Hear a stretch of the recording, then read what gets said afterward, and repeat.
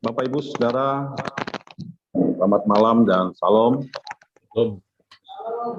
Baik Bapak Ibu Saudara, yang saya kasih dalam Yesus Kristus, saya mengajak kita sama-sama membuka dalam kitab Mazmur pasal 16.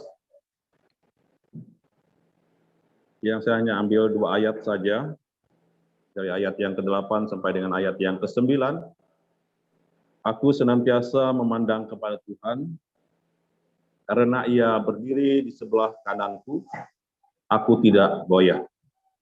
Bahkan tubuhku akan diam dengan tentram, sebab Engkau tidak menyerahkan aku ke dunia orang mati, dan tidak membiarkan Orang Kudus melihat kebinasaan.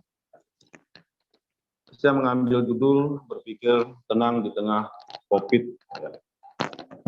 Bapak Ibu Saudara yang saya kasih dalam Yesus Kristus, banyak orang berkata, jika kita sudah bisa mengambil hikmah dari peristiwa yang terjadi dalam hidup kita, entah itu musibah, entah itu sakit penyakit, entah itu kematian, maka orang tersebut akan naik kelasnya dan akan naik levelnya. Dalam arti bahwa dia akan menemukan pengalaman yang baru, kemudian juga dia akan menjadi dewasa di dalam menyingkapi segala persoalan, tantangan, sakit penyakit yang terjadi di dalam kehidupannya. Saya ingin membagikan 2 pengalaman nyata. Yang pertama, awal-awal virus COVID ini melanda kita, hal yang paling tragis lagi yang dialami oleh salah satu keluarga yang meninggal dan medis mengatakan bahwa meninggalnya itu positif virus COVID. Ada 2 reaksi yang dihadapi oleh keluarga mendiang.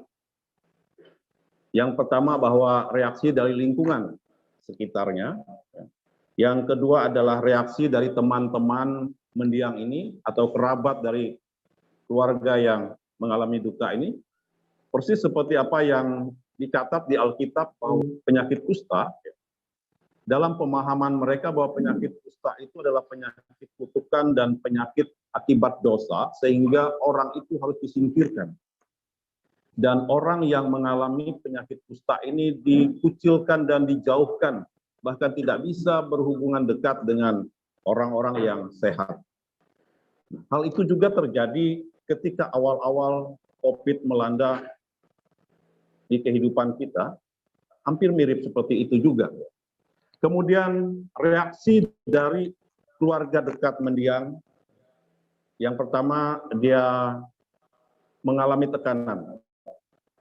Secara emosional dia mungkin tidak stabil, mudah marah, mudah emosi, kemudian juga kejiwaannya pun bahkan juga mengganggu spiritualitasnya sehingga dia menjadi labil. Kemudian pengalaman yang kedua yang juga dialami oleh orang yang mengalami COVID-19 ini, di tahun 2001 ini saja kita ambil ya. Kemarin saya menanyakan bagaimana bagaimana dia menghadapi kondisi yang menimpa. Ya, dia bercerita secara singkat, dia mengatakan mulai dari apa yang dirasakan. Dia merasakan bahwa ada demam yang sangat tinggi, kemudian seluruh tubuhnya itu sakit, kemudian penciuman itu hilang, kemudian tenggorokannya sakit. Ya. Nah, pengalaman yang menuturkan cerita itu, dia memunculkan satu kesadaran bahwa virus COVID ini mesti dilawan. Saya memang menyaksikan beberapa hal yang dia lakukan. Yang pertama, ada beberapa temannya yang memang terpapar virus COVID. Mereka sering melakukan penguatan, penghiburan melalui video call dengan teman-temannya, bercanda, bergurau. Dan juga luar biasa bahwa ada perhatian-perhatian, misalnya seksi pelayanan perempuan, yang tidak terpapar COVID, dan yang lainnya juga memberikan bantuan, dukungan, dan semangat moral ya, kepada yang menderita atau mengalami virus COVID ini. Bahkan pendeta juga ikut mendoakan.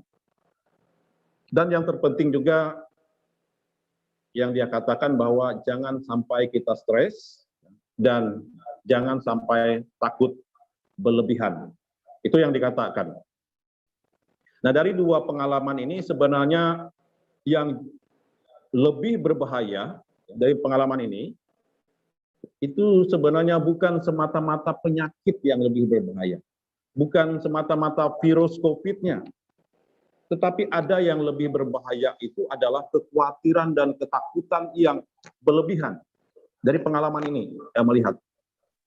Maka hal yang penting diperhatikan dan perlu kita pelihara, perlu kita jaga, perlu kita pupuk adalah pikiran yang tenang, pikiran yang damai, itu yang terpenting.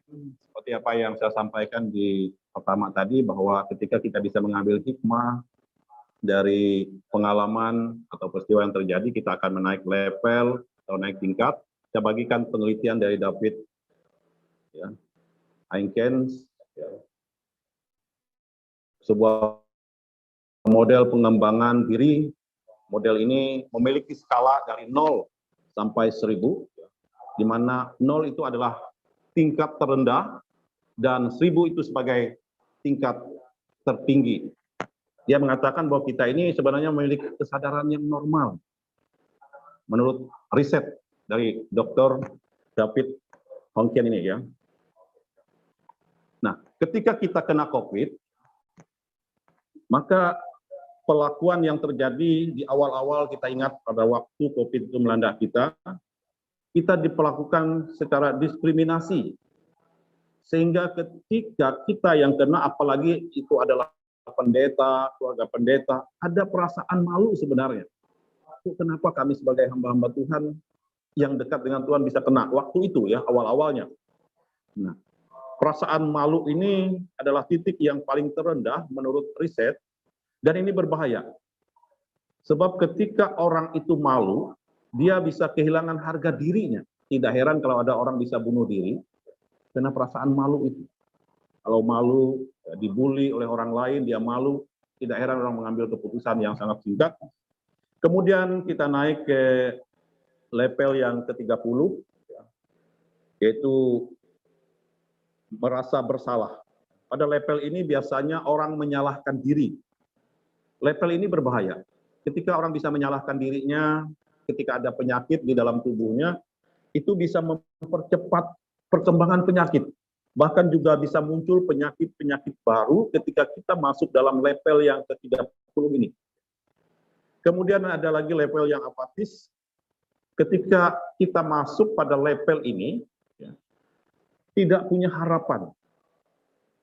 Kehidupan ini sepertinya gelap, buntu, yang ada hanya kesedihan.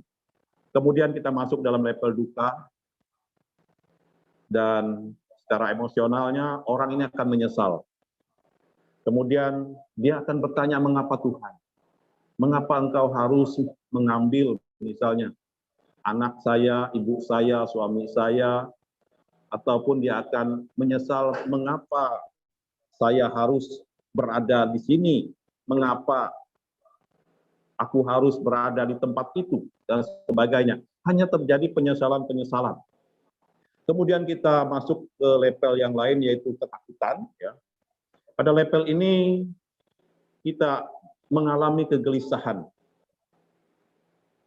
Di dalam kegelisahan ini kita merasa bahwa tidak ada harapan lagi untuk bisa sembuh, tidak ada harapan lagi kita bisa berhasil, tidak ada harapan lagi kita bisa untuk mendapatkan sesuatu.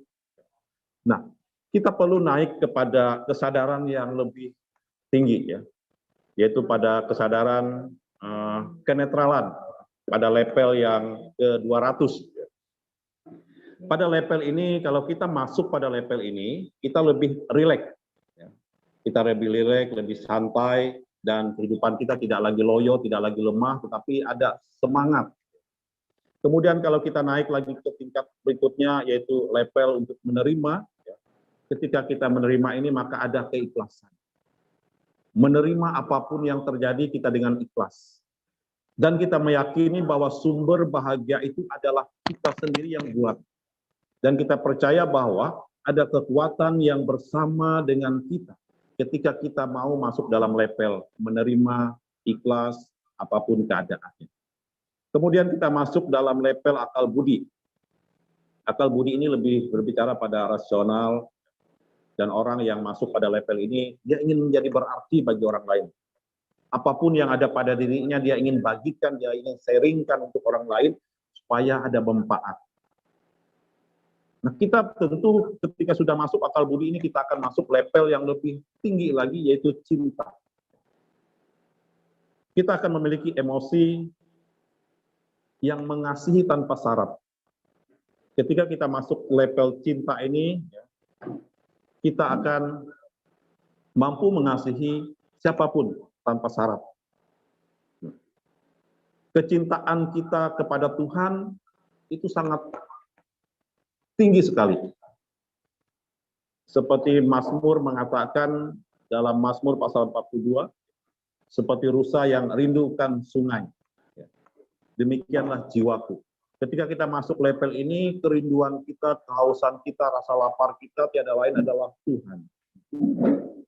Pada level ini kita akan merasa bahwa kebutuhan yang paling utama dalam hidup ini adalah Tuhan.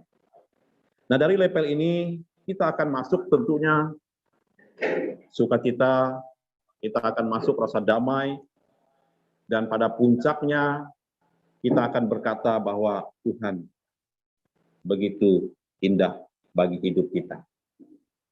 Kita akan mampu berkata bahwa indahnya ciptaan Tuhan, karya Tuhan. Kita akan mampu berkata bahwa luar biasa kebaikan dan kemurahan Tuhan dalam kehidupan kita. Nah, kesimpulan yang mau saya bagikan, Bapak Ibu, Saudara yang saya kasih dalam Yesus Kristus, ya.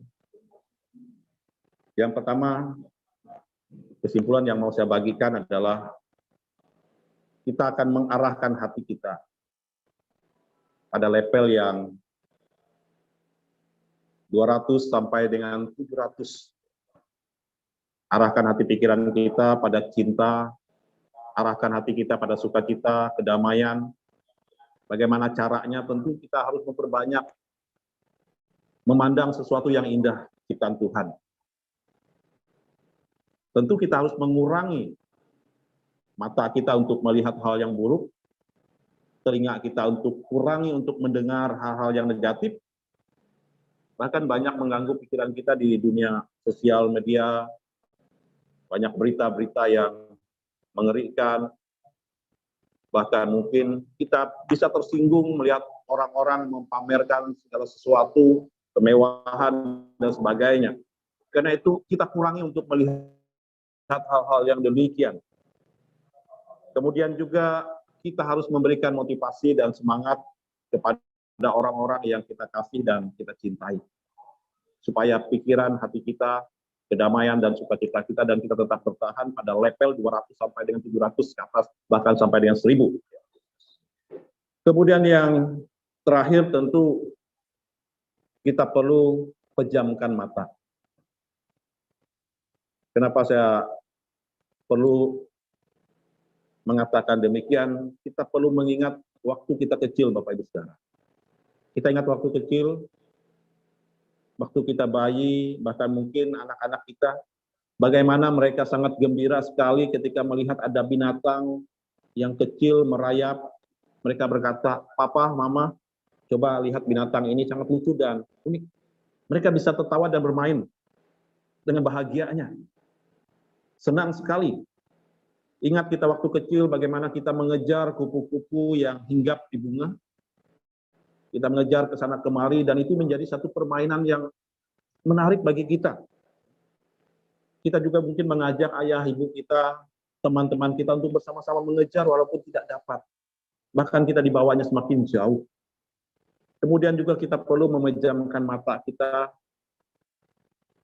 sambil kita mengingat kembali bahwa indahnya ciptaan Tuhan, bunga-bunga yang mekar pagi hari. Kita juga perlu memejamkan mata, hijaunya daun, kita bayangkan, kita lihat. Kemudian juga kita perlu sewaktu-waktu untuk melihat air yang mengalir. Kita juga perlu untuk mendengarkan bunyi hujan yang jatuh di rumah kita. Dan setelah itu kita bisa membuka mata kita dan kita berkata, mungkin dilanjutkan. Ya, dilanjutkan lalu kita bisa berkata, Tuhan terima kasih aku sudah sehat. Kita berkata bahwa Tuhan terima kasih bahwa hari ini aku sungguh luar biasa Tuhan berikan kekuatan. Sehingga kita akan bisa bersama-sama berkata seperti Mazmur ini, aku senantiasa memandang kepada Allah Tuhan. Karena Ia berdiri di sebelah kananku, aku tidak akan goyah. Sebab itu hatiku bersukacita dan jiwaku bersorak-sorak, bahkan tubuhku akan diam dengan tentram. Amin. Mari kita berdoa untuk firman. Apapun yang terjadi, kesusahan, kesulitan, sakit, penyakit, dan kami akan selalu berkata, selebihnya Tuhan memampukan kami tetap ada di tempat ini. Terima kasih. Kami serahkan firman-Mu yang akan selalu menuntun hidup kami. Amin.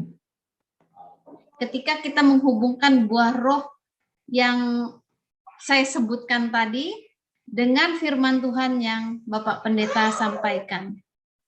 Ternyata ketika kita memiliki Kristus di dalam kita, ada Roh Kudus yang menghasilkan 9 yang saya sebutkan tadi.